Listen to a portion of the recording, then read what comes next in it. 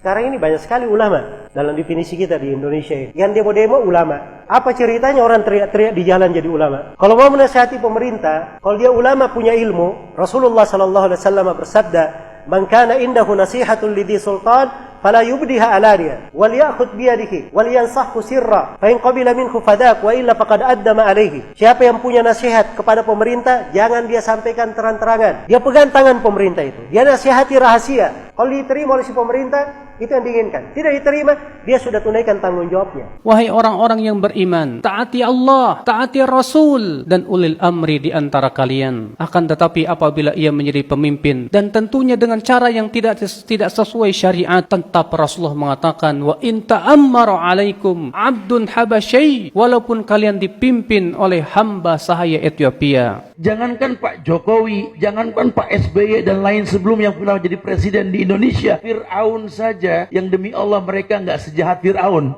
Fir'aun saja diperintahkan Nabi Musa dengan Harun, idhaba ila Fir'aun innahu togo, faqula lahu qawlan layyina. Yang gak boleh anak laki lahir main potong aja. Fir'aun lebih dari Rohingya loh. Terus datang ke Fir'aun, katakan perkataan yang lembut. Idza ra'aita rajulan yasubbul hakim fa'lam annahu sahibu hawa. Kalau engkau melihat ada orang yang mencela pemimpinnya, menjelek-jelekan pemimpinnya, ketahuilah kalau dia itu pengikut hawa nafsunya. Dan tanyakan kepada dia, apa setiap kali engkau mencela pemimpinmu kau dapat pahala? Dapat pahala enggak kalau kita menjelekkan pemimpin kita? Kalau dapat pahala kita cela, enggak dapat pahala.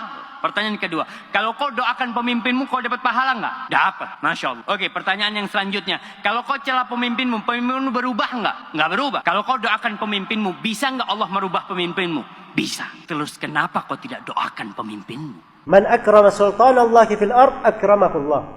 Wa man ahana sultanallahi fil ard ahanahullah. Siapa yang memuliakan pemerintah Allah di atas muka bumi, Allah akan memuliakannya. Dan siapa yang menghinakan pemerintah Allah di atas muka bumi, Allah akan menghinakannya. Imam Ahmad itu, lihat Imam Ahmad, seorang ulama, disiksa di 3 generasi pemerintahan. Tapi bersamaan dengan itu beliau berkata apa? Lau anna li da'watan mustajabah ma ja'altuha illa lis-sultan. Andai kata saya memiliki doa yang pasti dikabulkan, saya tidak akan peruntukkan doa itu kecuali untuk pemerintah. Udah dibilang bernegara seperti orang sholat. Kalau imam salah, ingetin baik-baik. Subhanallah. Masih salah juga, bantu dengan bacaan, mungkin dia lupa. Jangan main tarik kerah imam. Mundur loh.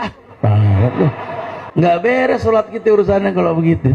Turunin imam, ganti imam, turunin presiden. Nggak bakal pernah beres, mau sampai kapan. Kemudian saya telah terangkan rahasia, ruh dan makna. Kenapa diperintahkan kepada pemerintah walaupun dia berbuat baik? Sebab kudeta terhadapnya itu menyebabkan apa?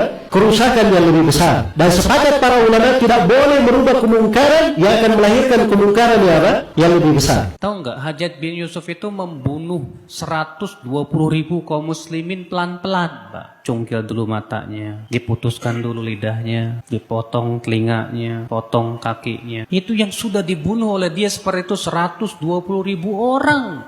Di antaranya sebagian sahabat dan sebagian ulama tabi'in. Mendengar orang berdoa, ya Allah, binasakanlah Hajjaj bin Yusuf. Kata Al-Hasan Al-Basri, kamu jangan doa seperti itu. Aku khawatir, kata beliau, kalau Allah kabulkan doamu dan Hajjaj pun binasa, ternyata penggantinya dia kera dan babi. Katakanlah, kamu mengatakan bahwa Hajjaj bin Yusuf itu kejam. Memang dia kejam, betul. Dan kamu berdoa kepada Allah supaya Allah binasakan dia. Kamu yakin penggantinya lebih baik? Mungkin sezalim-zalim pemerintah yang ada di belakang ini tengah umat. Tidak ada yang sezalim Fir'aun. Saya mau tanya, dalam Al-Quran pernah dikisahkan Nabi Musa dan Bani Israel demo Fir'aun? Fir'aun dan bala tentaranya dibinasakan. Sebab kebinasaannya satu amalan Bani Israel yang mereka lakukan. Allah berfirman dalam Al-Quran di surah Al-A'raf, kami wariskan bumi dari timur hingga baratnya, bumi yang diberkahi, kepada kaum yang tadinya tertindas di atas muka bumi, dan telah sempurna kalimat Allah yang maha indah untuk Bani Israel disebabkan karena kesabaran mereka. Mereka hanya punya sabar. Perintah untuk taat kepada pemerintah muslim walaupun dia zalim,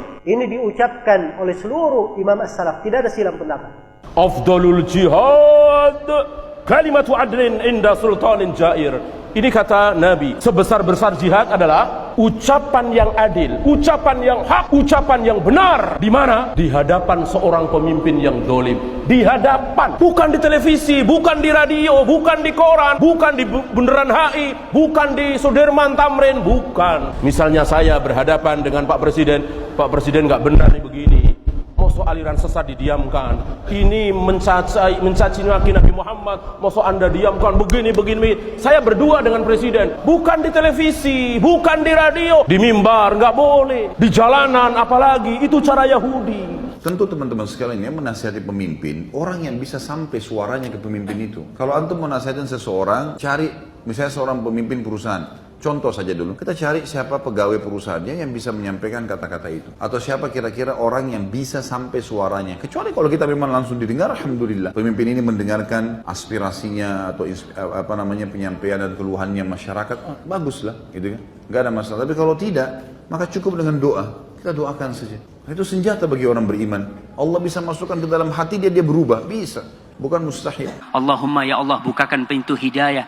Jagalah Bapak Jokowi dan seluruh jajarannya. Jaga mereka dari segala mara bahaya. Berikan petunjukmu, berikan hidayahmu ya Allah. Semoga mereka bisa membawa negeri ini kepada negeri yang baldatun thayyibatun rabbun ghafur. Katakan doa itu, dapat pahala dan Allah bisa. Doakan presiden kita, doakan wakil presiden kita, doakan gubernur kita, doakan. Semoga Allah berikan hidayah. Suatu negara, rakyatnya 200 juta, kemudian presidennya adil, membahagiakan 200 juta orang, betapa banyak pahala yang dia dapatkan. Beliau berkata, jika seorang pemimpin bersungguh-sungguh berisyihad untuk memperbaiki agama rakyat dan untuk memperbaiki dunia rakyat, dia perhatikan dua-duanya. Jika dia sudah bersungguh-sungguh untuk perbaiki, sebisa mungkin, berhasil atau tidak berhasil urusan Allah. Tapi dia berusaha sebisa mungkin, kata Ibnu Taimiyah rahimahullah, fa innahu afdalu ahli zamani. Dia adalah orang yang paling afdal di zamannya. Di negara-negara Islam, kezaliman ul amri disebabkan karena kezaliman rakyatnya. Allah berfirman dalam surah Al-An'am, demikian kami jadikan penguasa-penguasa orang yang zalim disebabkan kezaliman sebagian dari mereka dengan apa yang mereka usahakan. Tidak mungkin pada masa kita sekarang ini pemimpinnya seperti Umar bin Abdul Aziz atau seperti Muawiyah bin Abi Sufyan, tidak mungkin. Atau seperti Umar bin Khattab, tidak mungkin. Kalau rakyatnya zalim, maka pemimpinnya pun zalim. Kalau rakyatnya berbuat maksiat, pemimpinnya pun demikian. Kalau rakyatnya melalaikan salat, pemimpinnya pun demikian juga. Menghilangkan kezaliman penguasa yang ada di negara-negara Islam, yang pertama kewajiban kaum muslimin apa? Yang pertama, taubat kepada Allah. Kalau penguasa itu berbuat dosa, kita pun banyak berbuat dosa dan maksiat kepada Allah. Kita wajib taubat. Yang kedua, membersihkan diri kita dari noda-noda syirik. Yang ketiga, kata Syekh Albani, kewajiban kita mendidik istri dan keluarga kita. Kita akan ditanya oleh Allah tentang istri dan anak kita.